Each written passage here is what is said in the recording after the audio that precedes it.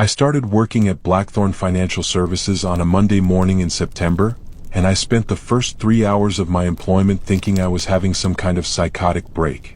It wasn't until my 4th week that I understood what was actually happening, that the strangeness wasn't in my mind, but in the deliberate collective delusion of everyone around me.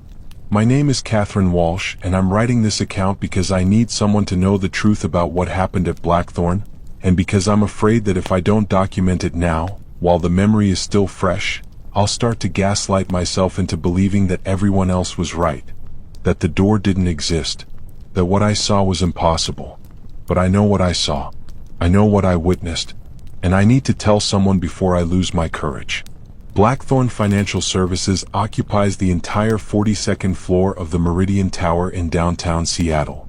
The company is a mid-sized investment firm with about 200 employees, a dedicated IT department, a marketing team, and a sprawling finance division that manages portfolios and market analysis. I was hired as an assistant analyst, fresh out of my MBA program, eager to make an impression and establish myself in the financial world. My orientation was handled by a woman named Margaret, who worked in human resources. She walked me through the standard corporate onboarding: the employee handbook, the sexual harassment policy, the benefits enrollment, the 401k options. She showed me my new cubicle on the trading floor, introduced me to my direct supervisor, a man named Richard who seemed perpetually exhausted, and walked me through the digital systems I'd be using. Everything was normal. Aggressively, stereotypically normal, the kind of corporate blandness that you'd expect from a mid-tier financial firm. People in business casual attire clicking away at computer terminals, the muted roar of financial information scrolling across Bloomberg terminals, the occasional animated phone call from someone trying to convince a client that now was the time to buy or sell. It was on my 2nd day that I discovered the door. I was walking back from the bathroom, navigating the maze of hallways on the trading floor, when I noticed it. A door in the wall, set between 2 cubicles, a standard office door with a brass handle and a small brass plaque. But there was something odd about how people moved around it. They didn't see it. That's not quite accurate. What I mean is, they saw it on some level but they didn't acknowledge it. People would walk past it without looking at it. When they needed to move around it, they would step to the side in a subtle way that seemed unconscious, as if the door existed in their peripheral vision but not in their actual awareness. I stopped and stared at it. The plaque on the door was slightly tarnished, and I stepped closer to read it. Regional Director, Special Portfolio Management. There was a small window in the door, but it was covered by a blind on the inside. The door itself looked perfectly normal, solid wood, professionally maintained, but with a quality of darkness to it, as if it had absorbed 40 years of dust and worry. "That door's not there," a voice said behind me. I turned to find a woman named Sandra, who worked in the cubicle nearest to the door. She was in her 50s, with gray hair pulled back in a severe style, and her face had the kind of worn expression that suggested she'd spent decades in corporate environments. "I'm sorry?" I said. "The door," Sandra said, and she was very careful not to look at it while she spoke. "It's not there. You should stop looking at it." "But it's right." I started to turn back toward it, but Sandra grabbed my arm. "It's not there," she said, and her grip was surprisingly firm. "That's the rule. We all know the rule. You need to learn it quickly if you want to have an easy time here." I was genuinely confused. "What door are you talking about?" "Exactly," Sandra said, releasing my arm. "There's no door. There's no office. There's no regional director of special portfolio management. That entire section of the floor doesn't exist. When you're walking, you navigate around it without seeing it. When you're thinking about the floor layout, you don't include it. And if anyone ever asks you about it, you tell them it doesn't exist." "Why?" I asked. "Because that's the agreement," Sandra said. "That's what we all decided a long time ago. It's easier that way. Everyone's happier when we pretend it's not there." Sandra walked away before I could ask another question, leaving me standing in the hallway, staring at a door that apparently didn't exist. I should have listened to her. I should have accepted the collective delusion, learned to walk past the door without seeing it, and gone about my job in peaceful ignorance. but I've never been good at accepting things that don't make sense. I've always had this terrible need to understand, to pull at loose threads until the entire sweater unravels. That character trait would nearly destroy my sanity. For the first week I tried to follow the rule. I walked past the door without looking at it the way everyone else did. I navigated around its space without consciously thinking about it. I participated in the collective denial. But it was like trying not to think about something when someone explicitly tells you not to think about it. The more I tried to ignore the door, the more it occupied my thoughts. During lunch, I would pull up the floor plans on the company intranet and search for information about the office. The floor plans showed the trading floor, the cubicles, the conference rooms, and the executive offices. But right in the middle of what should have been a section of the trading floor, there was a blank space. A hole in the architecture of the building. The company directory listed every employee, including their title and office location. But when I searched for Regional Director, Special Portfolio Management, the search returned no results. That position didn't exist in the official company records. I started asking questions carefully, trying not to sound too interested. I'd mention the door in passing to people in my department, watching their reactions. The response was always the same, blank stares followed by a careful shift away from the topic. One man, a senior analyst named Thomas, actually said to me, "Catherine, there are things that are better left alone here. You seem like a smart person. Don't be the person who asks questions about that door. Those people don't end well." "What do you mean, don't end well?" I asked. "I mean they quit, or they get transferred, or they have some kind of mental health crisis and take extended leave," Thomas said. "The company takes care of it discreetly, but it's not pleasant. Just accept the consensus reality here. It's easier." But I couldn't accept it. The contradiction was too stark, too obvious. A door doesn't simply cease to exist because people agree not to acknowledge it.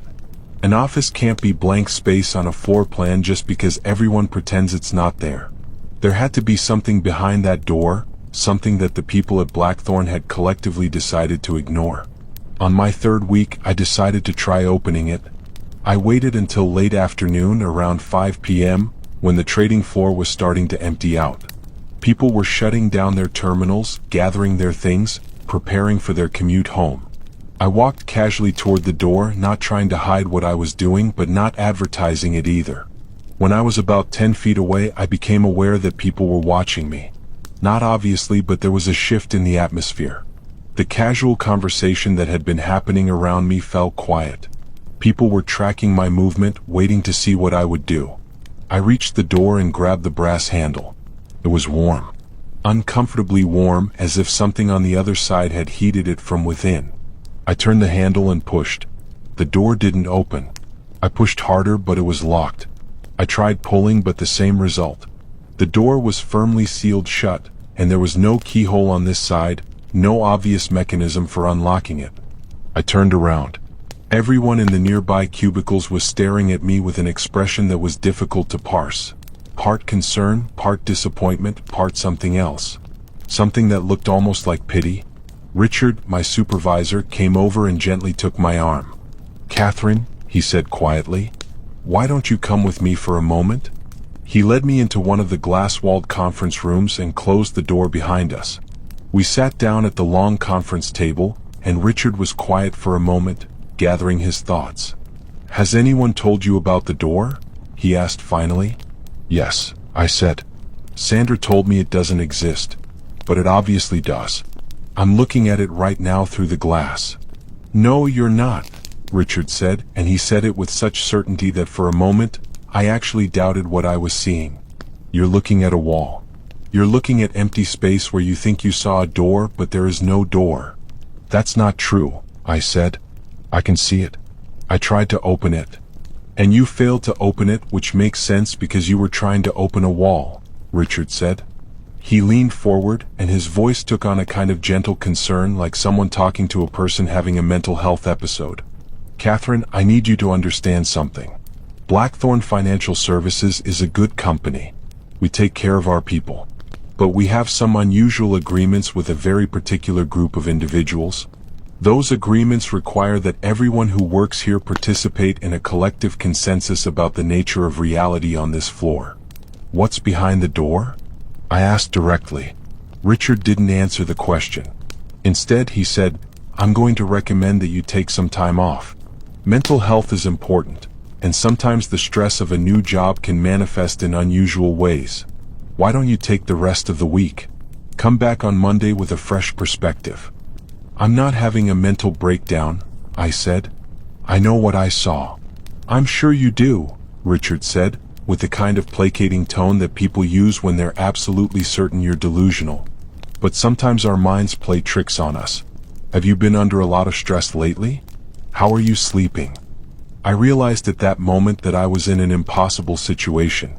I could insist on the reality of what I'd seen, which would only reinforce Richard's belief that I was mentally unwell. Or I could accept the consensus reality, which would require me to deny what I knew was true. I'll take the rest of the week off, I said quietly. Richard nodded, satisfied. That's a good decision. And Catherine? Please don't try to open the door again. It's better for everyone if you just accept that it's not there. I left work early and drove home in a daze. I spent that evening researching Blackthorn Financial Services, searching for any information about the company that might explain why they would have such an elaborate collective delusion. I found a company history page on their website, which detailed their founding in 1987, their growth trajectory, their expansion into the Pacific Northwest.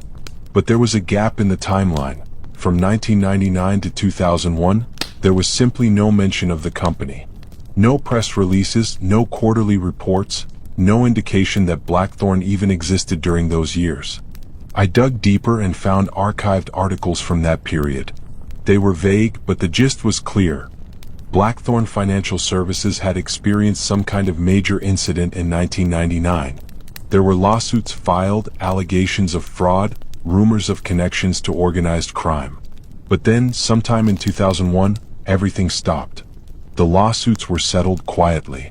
The allegations were retracted.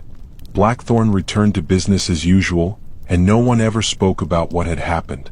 I couldn't find any specific information about what that incident was. The records seemed to have been deliberately scrubbed, carefully removed from public access. But I found one thing that stuck with me. A brief mention in a Business Journal article from 2000, in the middle of describing the lawsuits and allegations, of an employee who had disappeared from the company under mysterious circumstances. The article didn't name the person or give details, but it suggested that the disappearance was somehow related to the larger financial crimes the company was being investigated for. That employee, the article stated, had been a regional director. The title wasn't specified, but the time frame and position made me wonder. Could they have been the regional director of special portfolio management? I spent the rest of the week at home, ostensibly recovering from stress, but actually obsessing over the door. I couldn't stop thinking about it. I created a detailed timeline of Blackthorn's history, cross-referenced it with news articles and legal filings, and tried to construct a narrative that would explain the collective denial. What if the office behind the door wasn't empty? What if there was actually someone in there? Someone that Blackthorn had agreed to pretend didn't exist? Someone who had disappeared in 1999 but hadn't actually left the building? It was a wild theory, the kind of thing that sounded like the paranoid fantasy of someone whose grip on reality was genuinely slipping. But I couldn't shake the feeling that it was true. When I returned to work on Monday, I was more careful. I didn't try to open the door again. Instead, I observed. I watched how people moved around that section of the floor. I noticed that despite the consensus denial, there were subtle signs of awareness. Certain employees would pause slightly before navigating around that space. Some people, the longer tenured employees, had developed an unconscious ritual, almost a swerve in their step, that took them around the door's location. More importantly, I started noticing something else. Fresh air was coming from that area. It was subtle, but if you paid attention, you could feel a slight breeze near where the door was. Fresh air, which meant there had to be some kind of ventilation system connected to that space. Which meant the space was occupied. Something was using that office. Something that needed air. I started documenting my observations, writing them down in a notebook at home. I was collecting evidence of something that everyone had agreed didn't exist, and I was becoming increasingly convinced that I was either going to uncover something extraordinary or I was going to lose my mind completely. One evening, working late at my desk, I found myself alone on the trading floor. It was around 8 p.m. and everyone else had left for the day. The cleaning crew was somewhere on a different floor. The entire space was mine. I stood up and walked toward the door. Without the presence of other people, without the social pressure to maintain the consensus reality, my perception shifted. The door became undeniably real. Not hidden, not subtle, but actually visible. A door in the wall, dark wood, brass handle, plaque reading Regional Director, Special Portfolio Management. And as I approached it, I heard something from inside. A sound like breathing. Slow, deliberate, mechanical. Not the breathing of a living person, but something that was deliberately breathing, rhythmically, almost like it was counting. I pressed my ear against the door and listened. The breathing continued, steady and patient. And underneath the breathing, I could hear something else. A kind of low humming, a frequency that seemed to vibrate in my chest. "Hello," I called out softly. "Is anyone in there?" The breathing stopped. For a moment, there was complete silence from behind the door. Then slowly the breathing resumed. But it was different now, faster, more aggressive. The rhythm had changed from a peaceful meditation to something that sounded almost angry. I heard a sound that might have been footsteps, moving toward the door from the inside. Something heavy, something that shifted the floor slightly. I stepped back. For a long moment, nothing happened. Then a knock. A single knock on the inside of the door, right where my head had been when I was listening. One knock. Deliberate, aware, acknowledging my presence. I ran back to my desk and didn't return to that area of the floor for the rest of the night. Something changed after that night. Or perhaps I should say, something shifted in how I was treated at work. People began avoiding me. Not obviously, but noticeable to anyone paying attention. The informal lunch groups would disperse when I approached. Conversations would stop mid-sentence when I walked past. Richard started scheduling regular one-on-one meetings with me to check in on how I was adjusting. But more disturbing than the social ostracism was what started happening with the consensus reality itself. People began talking around me in ways that suggested they thought I was already part of the don't acknowledge agreement. They would reference meetings that I hadn't been invited to, discuss projects located in that area of the floor, and make passing references to the arrangement as if I already knew what they were talking about. It was like being slowly inducted into a secret society, except the secret was something that everyone had collectively decided was false. One morning I found a printout on my desk.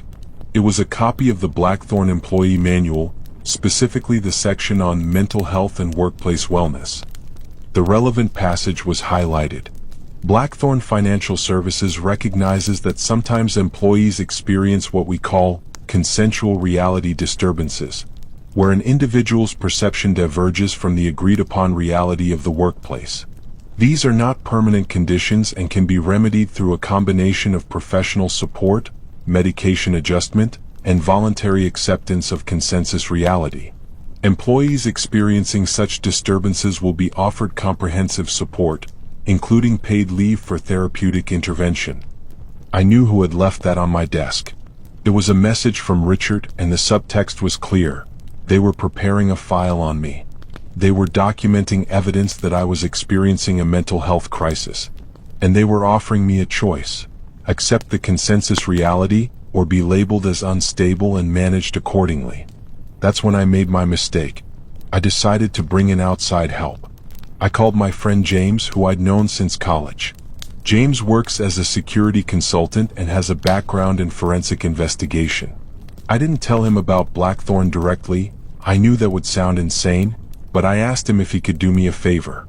I asked him to meet me at my office building and tell me what he observed about the layout of the 42nd floor. James agreed, probably because he thought I was being paranoid about something work-related and wanted to help ease my mind. We arranged to meet on a Saturday morning, when the office would be mostly empty. We took the elevator up to the 42nd floor and I led James out onto the trading floor. I showed him the area where the door was located and asked him what he saw.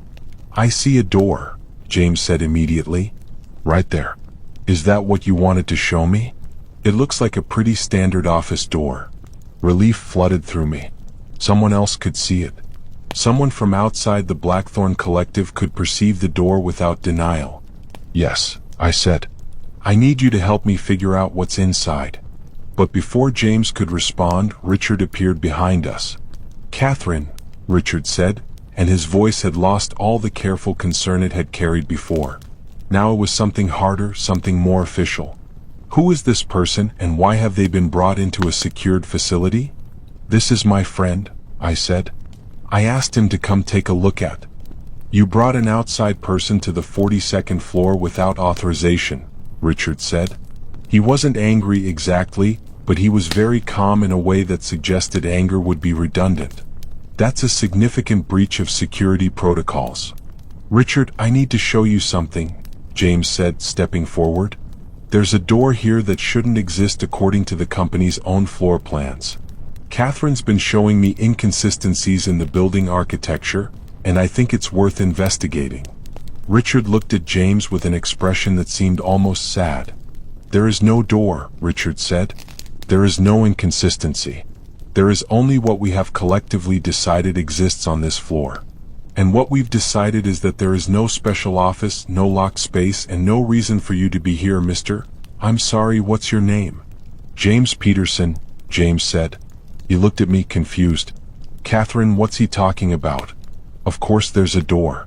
It's right there. You can see it too? I asked, desperate for confirmation. Of course I can see it, James said. It's a door. In a wall. I'm not sure why that's so complicated. But Richard was already on his phone, speaking quietly to someone. We have a breach, he said. An outside party has observed the space. I'll need guidance on how to proceed. He finished the call and looked at both of us with an expression of practiced sympathy. I'm afraid both of you are going to need to come with me, he said. We need to discuss some confidentiality agreements. Richard led us to a conference room, and a few minutes later, a woman named Dr. Sarah Chin arrived. She was dressed more formally than the other Blackthorn employees, and she carried herself with an air of authority that suggested she didn't work in the regular company hierarchy. Ms. Walsh, Dr. Chin said, sitting down across from us. And Mr. Peterson. I understand that Mr. Peterson has observed an architectural anomaly on this floor that our employees have agreed not to acknowledge. Is that correct? There's a door, James said, confused. That's not an anomaly. Doors exist. Yes, Dr. Chin said. Doors do exist. But this particular door exists in a state of consensual non-acknowledgement. Everyone who works at Blackthorn has agreed, as a condition of their employment, to participate in a collective reality in which that door doesn't exist. It's quite effective, actually. We've been maintaining this consensus for nearly 25 years. What's inside the office? I asked directly. Dr. Chin looked at me with an expression that was difficult to read. Part concern, part professional assessment, part something else. I need to explain something to you both, she said. Blackthorn Financial Services is what we call a containment entity. The company exists primarily to maintain the security and care of an individual who is not at liberty to be revealed to the general public. That individual works in the office to which you've been referring. The consensus reality we maintain is a security protocol. Who's inside? James asked. What are you containing? I can't tell you that, Dr. Chin said. But I can tell you this. The person, or entity, in that office requires very particular conditions to remain stable. Those conditions include isolation, limited social interaction, and most importantly, consensual denial of their existence. When a person tries to break that consensus, when they attempt to acknowledge the reality of the contained space, it creates a situation that can become dangerous. Dangerous how? I asked. The individual has developed what we might call awareness through denial, Dr. Chin said. The more people deny their existence, the more they focus on being remembered, on being found. It's a psychological phenomenon that we don't fully understand. But what we do know is that unauthorized attempts to access the contained space can trigger an awareness response, and that response can be destabilizing for everyone involved.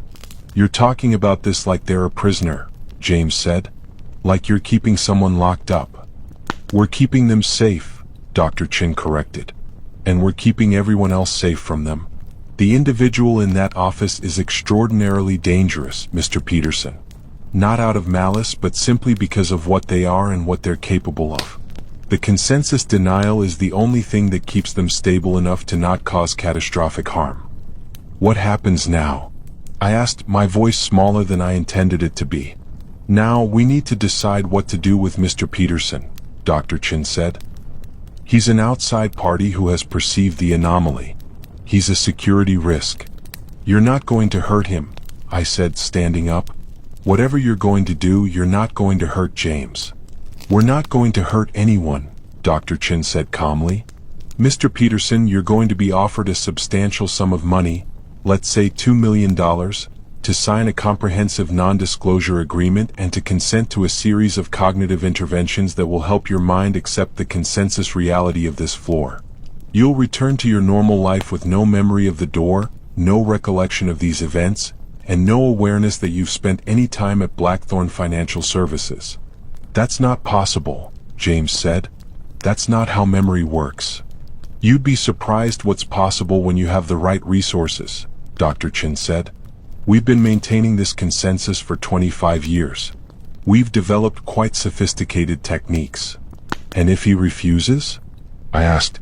Then we place him on extended medical leave, Dr. Chin said. We document that he's experiencing some kind of psychotic episode, we provide him with medical care, we help him recover. He'll eventually come to accept the consensus reality naturally, once his mind is properly calibrated. It takes longer, but it's effective. So your options are, take the money and forget or lose your grip on reality, James said. Those aren't really options. They're the only options available, Dr. Chin said. Now, let's discuss which path you'd prefer to take. James looked at me and I could see the fear in his eyes. He'd come to help me and now he was trapped in something he didn't understand. Take the money, I said to James. Sign whatever they want. Get out of here. What about you? James asked. I work here, I said quietly. I'm already part of the consensus. Dr. Chin smiled sadly. Actually, Catherine, you're not. That's the problem. You've never truly accepted the consensus reality. You've been fighting it from the moment you arrived. And now that's going to be a problem for all of us. What does that mean? I asked. It means that the individual in that office is aware of you, Dr. Chin said. They're aware that someone on the floor is questioning the consensus, is trying to break through the denial. That awareness is destabilizing them. And if we don't resolve this situation quickly, they're going to become agitated enough to try to force their own way back into existence. How would they do that? I asked. By making the door real, Dr. Chin said simply. By forcing everyone to acknowledge what they've been denying. And once that consensus breaks, once everyone admits that the office exists and the individual in it is real, the consequences will be significant. They took James away for his cognitive interventions that afternoon. He signed the non-disclosure agreements without much resistance. The promise of $2 million was apparently persuasive enough. I watched them lead him out of the conference room and I never saw him again. According to the story that was later told, James simply decided to quit his security consulting work and move to Costa Rica. He sends sporadic messages to mutual friends about how happy he is, how he doesn't remember why he ever wanted to work in security, how he's discovered the simple life on the beach. I think he's happy in that modified reality. I think not remembering what happened in the Blackthorn building might be the greatest gift they could have given him. As for me, I was given a choice. Dr. Chin explained it to me very carefully, in a way that made clear that both options had been thought through thoroughly. Option 1. Accept the consensus reality completely. Stop questioning the door, stop investigating, let my consciousness fully align with the collective denial. If I did this, I could continue working at Blackthorn. I would eventually become like the other long-term employees. Someone who had learned to navigate the contradiction between what they knew was true and what they had agreed was false. It would be psychologically damaging, but it would be manageable. Humans are very good at living with contradictions. Option 2. I could walk away from Blackthorn, but I could never speak about what I'd discovered. The non-disclosure agreement would be absolute and final. If I violated it, I would face legal action and financial ruin. More importantly, Dr. Chen explained, there were people who monitored any breaches of the confidentiality protocols. If I tried to tell people what I knew, those people would make sure that no one believed me. My social media would be monitored. My professional reputation would be carefully destroyed. My mental health history would be leaked to potential employers. I would spend the rest of my life trying to convince people that something impossible was real, while everyone around me assumed I was delusional. Why are you giving me these options? I asked. Why not just do to me what you did to James? Because you've already proven that you can't be convinced of the consensus through cognitive intervention, Dr. Chen said. Your mind is too resistant to the denial. We could try to make you forget, but you would eventually remember. Or you would develop another version of the obsession. People like you, people with a certain type of mind, can't be unremembered. The best we can do is isolate you. By destroying my life, I said. By limiting your ability to damage the containment, Dr. Chen said. Yes. I left Blackthorn that day. I didn't resign formally. Dr. Chen arranged for my employment to simply cease, as if I'd never worked there. My email was deactivated. My access card stopped working. By the next morning, there was no record in the Blackthorn system that I'd ever been an employee. I signed the non-disclosure agreement. It was 40 pages long, and it was written in legal language that made clear I could never speak about what I'd discovered under any circumstances without facing catastrophic consequences. But as I was leaving, as I was walking toward the elevator with security escorting me out, I made a decision. I was going to write down everything I remembered. I was going to document what I'd seen, what I'd learned, what I knew to be true about Blackthorn Financial Services and the door that everyone pretended didn't exist. I was going to publish it. I was going to violate the non-disclosure agreement and accept whatever consequences came from that violation. Because some truths are too important to remain hidden. And because I still suspect, that by writing this down, by putting it into the world where other people can read it and know about it, I would be creating something that the individual in that office could feed on. A form of existence through acknowledgement, a way of being real that didn't depend on physical presence. I'm writing this in the 3rd year since I left Blackthorn. The consequences of my decision to document the truth have been exactly as severe as Dr. Chen predicted. My social media accounts have been systematically destroyed by coordinated campaigns alleging that I'm mentally unstable, that I've fabricated experiences, that I'm engaging in elaborate paranoid fantasies. Screenshots of posts I've made have been taken out of context and spread across the internet as evidence of my mental illness. A close friend reported me to a mental health crisis hotline, claiming I'd made suicidal statements I never made, but which appear in screenshots that are somehow attributed to me. I've been fired from 2 jobs after my employment history was quietly undermined by people who never identified themselves but who had access to my background. I've applied for dozens of positions, and I always make it to the final round of interviews before some kind of vague concern arises that causes the company to pass on hiring me. My relationship with my family has become strained. They're convinced I'm experiencing some kind of mental health crisis and have encouraged me to see a therapist.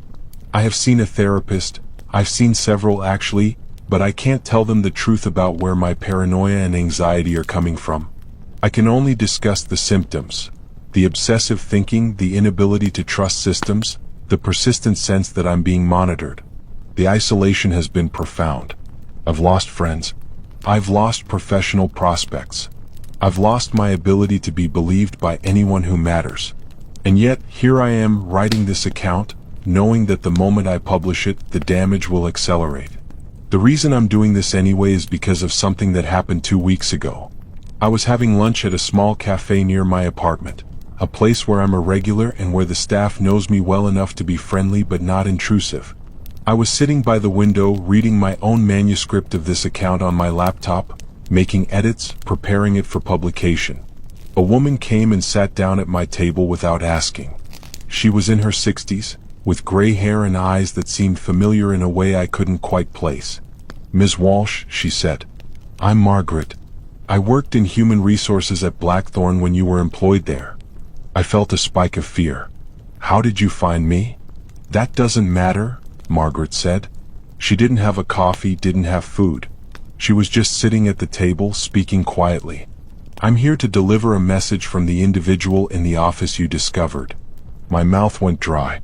That's not possible. They're locked in that office. They're locked in the office, Margaret agreed. But they're not without agency. They communicate, not with words but with intent. And their intent right now is to ask you to stop. Stop what? I asked. Stop trying to make them real through documentation, Margaret said. You think you're helping them by writing about them, by acknowledging their existence. But you're actually harming them. The more attention you draw to their existence, the more agitated they become. And when they become agitated, they become dangerous. Dangerous how? I asked. Dangerous in ways that you can't prevent and can't predict, Margaret said. Dr. Chin told you the truth. The individual in that office is extraordinarily dangerous. The consensus denial isn't just a security measure. It's the only thing that prevents them from lashing out against the world that has denied them. They're trying to threaten me, I said, understanding. They're using you to threaten me. They're trying to communicate with you, Margaret said.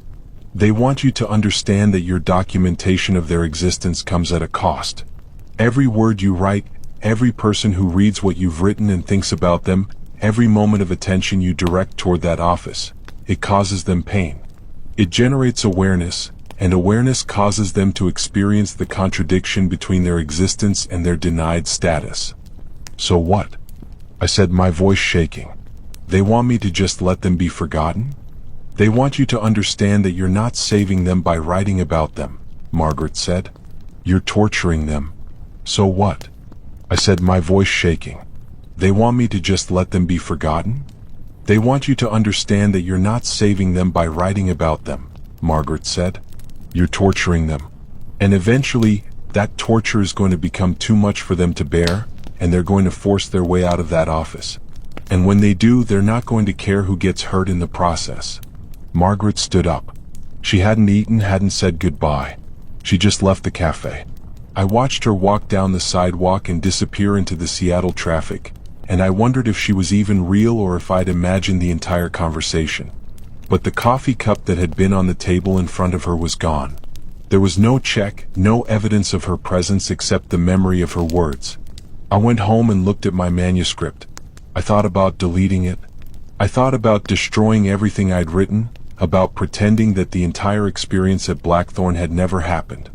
But I knew that wasn't an option. The door exists. The office exists. The individual in that space exists. And by denying all of it, by becoming complicit in the consensus, I would be participating in an act of cruelty beyond what I could justify. So I made a different decision. I'm publishing this account with full knowledge of what it will cost me. I'm putting this story into the world because I believe that the truth matters more than my reputation, more than my professional prospects, more than my peace of mind. But I'm also including this warning. Everyone who reads this account, everyone who now knows about the door in the office and the individual locked behind it, is now participating in the awareness that causes that individual pain. You are now part of the problem. You are now causing torture through your knowledge. I don't think that's good. I think it's cruel. I think it's a necessary cruelty in a situation where all the available options are cruel. But I needed to make that choice for myself, and I needed to be honest about what that choice means. The individual in the office at Blackthorn is aware of every person who reads this account. They can feel your attention. They can sense your knowledge of their existence. And that awareness, that sensation of being remembered and acknowledged, creates a constant low-level agony for someone who has been designed to be forgotten, to be denied, to exist in a state of perpetual non-acknowledgement. I believe, and I have no real evidence for this, only intuition and the strange experiences I had in that building, that the individual behind the door is not entirely human. They are something else, something created, something that exists at the boundary between human consciousness and something more aberrant. Their consciousness is distributed in a way that allows them to be aware of acknowledgement across distance, to feel the attention of strangers reading their story. which is why this is both a plea for truth and an act of cruelty simultaneously. I don't know what will happen now. I don't know if my publishing this will accelerate the timeline, will push the individual in that office past the breaking point, will force Blackthorn to take more drastic measures to maintain the consensus. But I know that I couldn't stay silent anymore. I know that pretending the door doesn't exist, participating in the collective denial, would have been a form of complicity that I couldn't live with. So here's the truth. Blackthorn Financial Services contains an office that everyone is contractually obligated to deny. Behind that office door is a human being, or something like a human being, who has been denied acknowledgement for 25 years. The company maintains this denial as a security measure, but the maintenance of that denial is slowly destroying both the contained individual and everyone involved in the containment process. And now that you know this, you are complicit too. You are aware. And that awareness is being felt, right now, by something on the 42nd floor of the Meridian Tower in Seattle, a consciousness distributed across the implications of your knowledge, suffering because you now know it exists. I'm sorry for this, but I could not tell you. The door exists. Everyone at Blackthorn pretends it doesn't, and they've built an entire infrastructure of lies and denial around that pretense. But the door is real. The office is real. The individual behind that door is as real as you are, despite everyone's best efforts to wish them into non-existence. They're going to break out eventually. The consensus can't hold forever. And when they do, when they finally force their way back into existence despite all the denial, despite all the legal agreements and psychological interventions and carefully maintained collective lies, the world is going to have to reckon with what Blackthorn created and what everyone agreed to keep hidden. I don't know what will happen when that day comes, but I know that it's coming. The individual in that office is too aware now, too awake, too cognizant of their own denied existence. The more people who read this account and know their story, the stronger their connection to external reality becomes, the more real they become outside those four walls. And I think maybe that's the point. Maybe this story needs to be told because the individual in that office needs to be remembered, needs to be acknowledged, needs to be brought back into existence through the collective acknowledgement of everyone who reads this account. Or maybe I'm being manipulated. Maybe this entire account is what the individual in that office wanted me to write, a carefully constructed narrative designed to increase their power, their reach, their ability to manifest beyond those locked doors. Maybe by reading this, by knowing this, you've just made it slightly easier for them to escape. I'm sorry if that's true, but I could not tell you. The door was always there. Everyone just pretended it wasn't. And now that you know, you can't unknow. The office exists. The individual exists. And they're getting stronger every moment that they're remembered, every instant that someone somewhere is thinking about that locked door on the 42nd floor of the Meridian Tower. They're going to get out. And when they do, everyone at Blackthorn who participated in the denial, everyone who helped maintain the consensus, everyone who signed the contracts and agreed to the lies, they're going to understand the price of that deception. I hope I'm not helping them, but I suspect I am. I hope I'm not making things worse, but I know I am. The truth needed to be told, and now it has been. Everything that happens next is the consequence of that truth.